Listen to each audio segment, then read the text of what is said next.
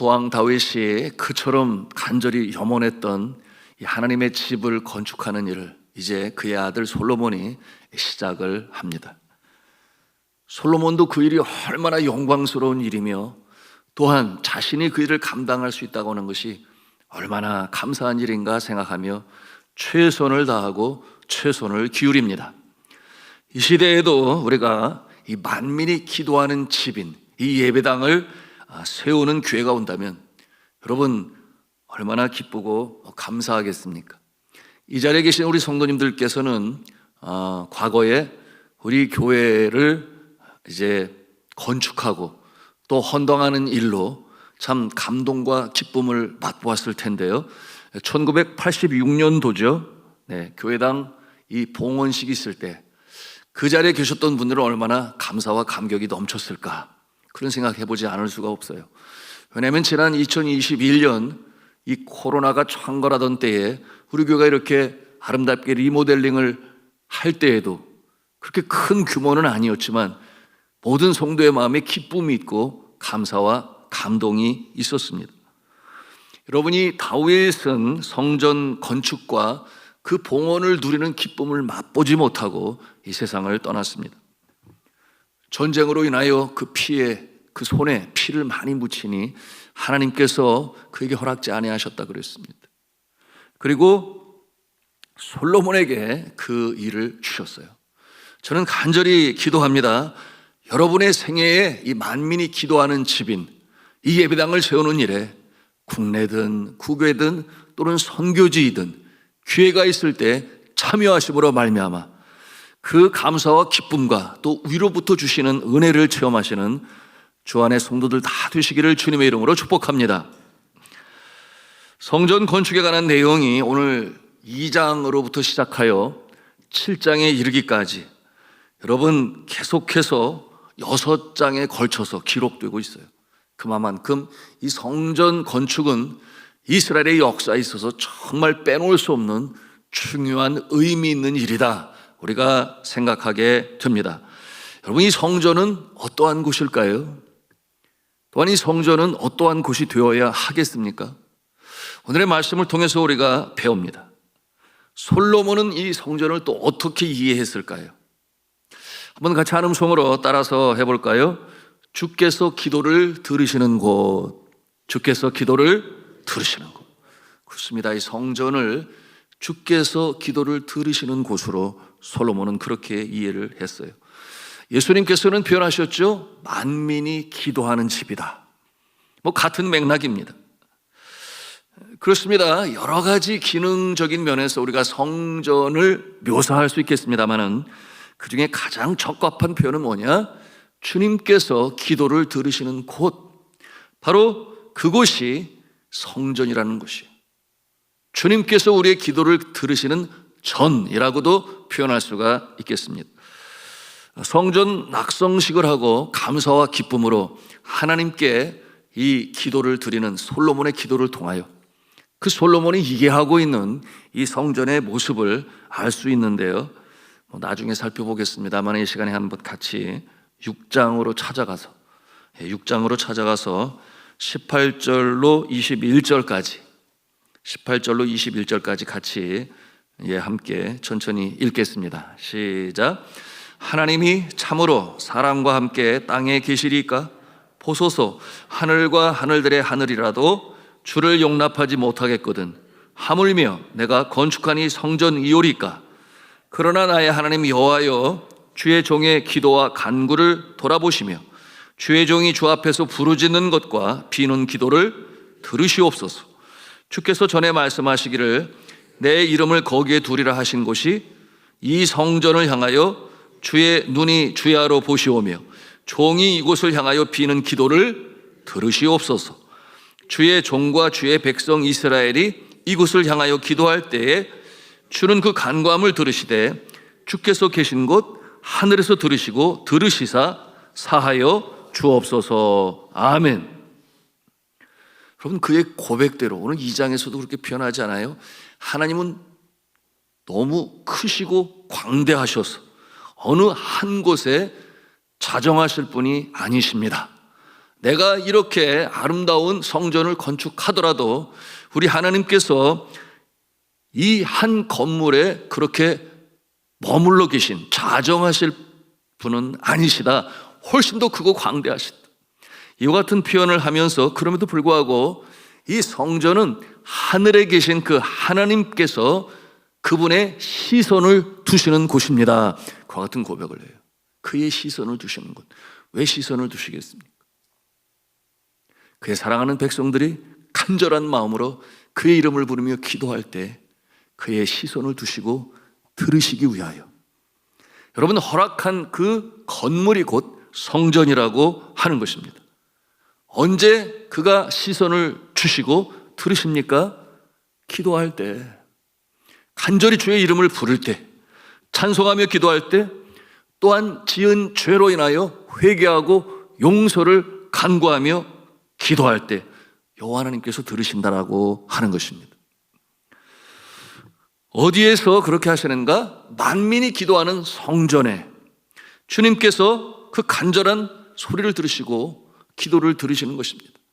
그러므로 여호와께서는 그 얼굴로 우리에게 비추사 은혜를 베푸시고 여호와는 그 얼굴을 우리를 향하여 드사 평강을 주시는 여호와 하나님이십니다. 이와 같은 일이 성전을 통하여 일어날 것임을 솔로몬은 너무나 정확히 잘 알고 있는 것이에요. 여러분, 그러기에 이 성전은 어떠한 곳인가? 바로 여호와 하나님께서 시선을 주시는 것이요, 기도를 들으시는 하나님께서 그 소원을 들으시고 응답하시는 곳이 바로 성전입니다. 여러분이 회개하는 자의 이 소리를 들으시고 용서하시고 구원을 베푸시는 곳이요, 또한 병 고침을 하시는 곳이요, 주님의 위로를 받고 평강을 입는 곳이요, 주님의 구원과 은혜의 응답, 그 응답에 감사하여 예배를 드리고 찬송을 드릴 때 받는 곳이요, 또한 주님께서 응답하시니 감사함으로 예물을 드리고 또한 다시 한번 충성과 헌신을 다짐하는 그 모습을 보시고 들으시는 곳이 바로 성전인 것입니다. 그러면 주님께서는 들으시기만 하실까요? 말씀도 하세요. 주의 종들을 통하여 선포되어지는 진리의 말씀을 통하여 여러분이 허탄한 이 세상 풍조 속에서 다시금 기준을 세우고 말씀대로 살아가게 하시는 것이 여러분이 성전인 것입니다. 오늘 말씀해 보니 이 솔로몬은 성전 건축을 위하여 최고의 자재들을 사용합니다. 8절과 9절 말씀, 2장 8절 9절 말씀을 찾아가서 같이 읽도록 합니다. 시작. 또 레바논에서 백양목과 잣나무와 백단목을 내게로 보내소서. 내가 알거니와 당신의 종은 레바논에서 벌목을 잘하나니 내 종들이 당신의 종들을 도울지라. 이와 같이 나를 위하여 제목을 많이 준비하게 하소서. 내가 건축하려 하는 성전은 크고 화려할 것이니이다. 아멘. 그런가 하면은 최고의 예술가를 고용합니다. 이 내용이 이제 7절의 내용인데 또 같이 읽습니다. 시작. 이제 청하건대 당신은 금은 동 철로 제조하며 자색, 홍색, 청색 실로 직조하며 또 아로색일 줄 아는 재주 있는 사람 하나를 내게 보내요. 내 아버지 다윗이 유다와 예루살렘에서 준비한 나의 재주 있는 사람들과 함께 일하게 하고. 아멘. 여러분, 이 솔로몬은 성전을 건축함에 있어서 자신의 기술로만 하려고 하는 것이 아니라 최고의 곳으로 주님 앞에 드리려고 하니까 자신의 나라의 부족함, 겸손한 마음으로 더 실력이 있는 이웃나라 그 기술과 자재들까지 들어오면서 이 성전을 그야말로 최선을 다하여 아름답게 세우고자 하는 것입니다. 그러므로 두로 왕이라고 그랬죠.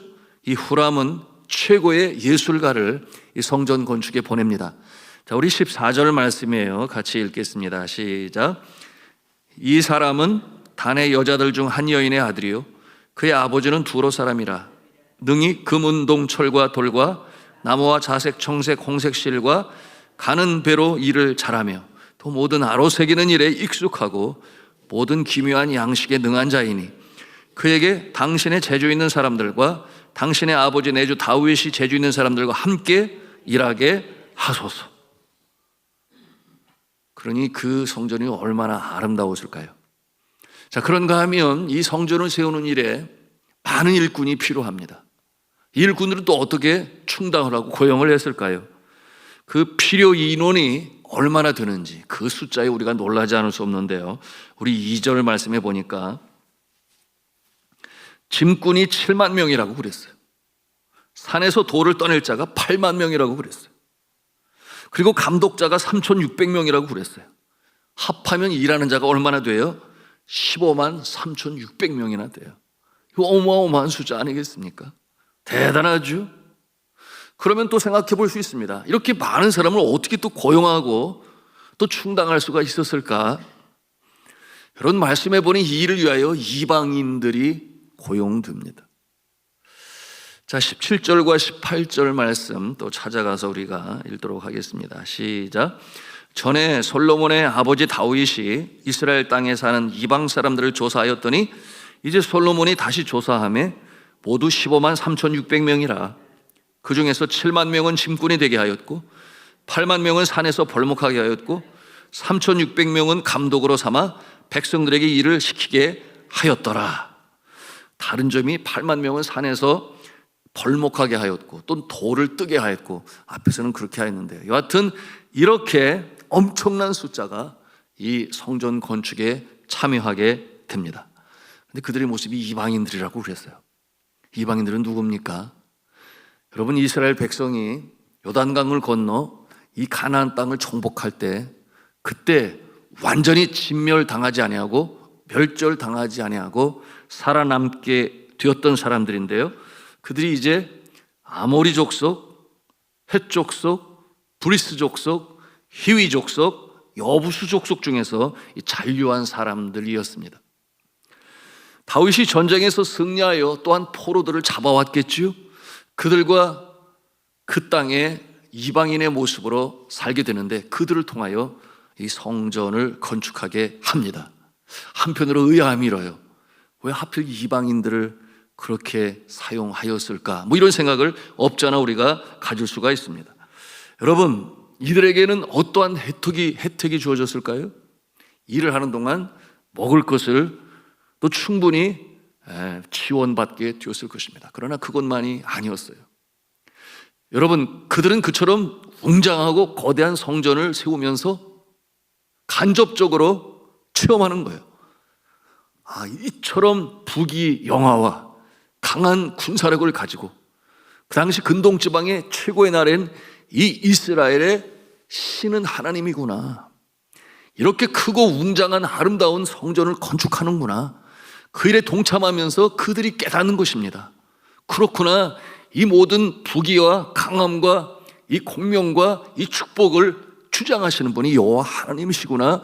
그들이 자연적으로 깨달아 알게 될 것이었습니다. 여러분, 이와 같은 모습은 앞서 등장한 이 두로 왕인 이 후람도 마찬가지예요. 이 성전 건축에 그처럼 귀한 자재들을 보내고 또한 아주 훌륭한 예술가를 보내면서 그가 어떠한 고백을 합니까? 여러분, 12절 말씀을 같이 또 보도록 하겠습니다. 같이 읽습니다. 시작. 후람이 또 이르되 천지를 지으신 이스라엘의 하나님 여호와는 송축을 받으실지로다. 다윗 왕에게 지혜로운 아들을 주시고 명철과 총명을 주시사 능히 여호와를 위하여 성전을 건축하고 자기 왕위를 위하여 궁궐을 건축하게 하시도다. 아멘. 자, 성전 건축을 통하여 이처럼 이방인에게도 이방 나라의 왕도 하나님의 그 광대하시고 위대하시고 능력 많으심을 고백하게 하십니다. 여러분, 이처럼 이 성전 건축의 의미는 여러 가지 뜻을 내포하고 있습니다. 창조 주신 하나님이 소개가 되는 거죠. 솔로몬의 신앙은 그렇게 나타나고 있습니다. 이 하나님의 영광은 온 세상에 뻗어 나가야 한다. 그리고 물이 바다를 덮음같이 여호와의 영광을 인정하는 것이 온 세상에 뻗어나가야 한다. 그와 같은 내용이 이 성전 건축에 있어서도 그 마음이 그렇게 드러나는 거예요. 낙성식에서 그가 드리는 그 기도를 통해 그의 마음의 진의를 확실히 알 수가 있습니다. 여호와의 영광이 온 세상에 증거되어야 한다. 여러분, 그 모습은 곧 오늘 이 시대로 말하면 선교라고 말할 수 있는데요, 이 솔로몬의 모습을 통해서 우리가 그것을 보는 거예요. 다시 6장으로 찾아가서 32절과 33절 읽겠습니다. 6장 32절 33절 말씀. 근데 찾으셨으면 같이 읽습니다. 시작. 주의 백성 이스라엘에 속하지 않은 이방인에게 대하여도 그들이 주의 큰 이름과 등한 손과 펴신 팔을 위하여 먼 지방에서 와서 이 성전을 향하여 기도하거든 주는 계신 곳 하늘에서 들으시고 모든 이방인이 주께 부르짖는 대로 이루사 땅의 만민이 주의 이름을 알고 주의 백성 이스라엘처럼 경외하게 하시오며 또 내가 건축한 이 성전을 주의 이름으로 일컫는 줄을 알게 하옵소서. 아멘. 너무나 분명하지 않습니까? 그가 하나님께 기도하는 거예요. 모든 이방인이 주께 부르짖는 대로 땅의 만민이 주의 이름을 알고 주의 백성 이스라엘처럼 경외하게 하시오며, 이것이 솔로몬의 간절한 기도인 것입니다. 자, 주 안에 사랑하는 성도 여러분, 이방인의 구원을 위하여 이처럼 하나님 앞에 성전 건축과 드려진 이 솔로몬의 기도, 여러분 이게 언제 일어난 일입니까? 이것이 주전 967년 전에 드려진 기도예요. 그런 시간으로부터 보면 약 3000년의 세월이 흘렀습니다. 여러분, 이 세월이 흐른 뒤에 어떠한 역사가 일어났나요? 조용한 아침의 나라 이 한국 땅에도 복음이 들어오게 되었고, 이처럼 오늘 이 새벽에도 우리는 함께 하나님의 그 영광을 찬송하며 또한 주님께서 허락하신 이 예배당에서 기도함으로 말미암아 주께서 시선을 우리에게 주시고 우리의 기도를 들으셔서 놀라운 역사가 이루어지게 된 것이니, 여러분, 우리가 이 솔로몬과 같은 믿음과 솔로몬과 같은 이 선교를 위한 기도를 드리실 수 있는 모습이기를 주님의 이름으로 축복합니다. 한국교회가 그러해야 하고 우리 산돌중앙교회가 그러해야 하고 또한 우리 자신들이 이 여호와의 영광을 인정하는 것이 물이 바다를 덮음같이 온 세상에 증거되어 아직 하나님을 알지 못하는 자들도 주님의 몸된 교회, 하나님께서 시선을 두시고 들으시는 이 만민이 기도하는 집에 기도하는 자가 된다면 여러분 얼마나 주님이 기뻐하시며 또 우리는 그 일로 인하여 얼마나 감사와 기쁨과 보람을 갖겠습니까? 여러분이 선교에 쓰임을 받으시는 우리 성도여, 또한 우리의 기도가 온전히 이루어져서 정말 하나님을 기쁘시게 하는 성도가 다 되실 수 있기를 주님의 이름으로 축복합니다.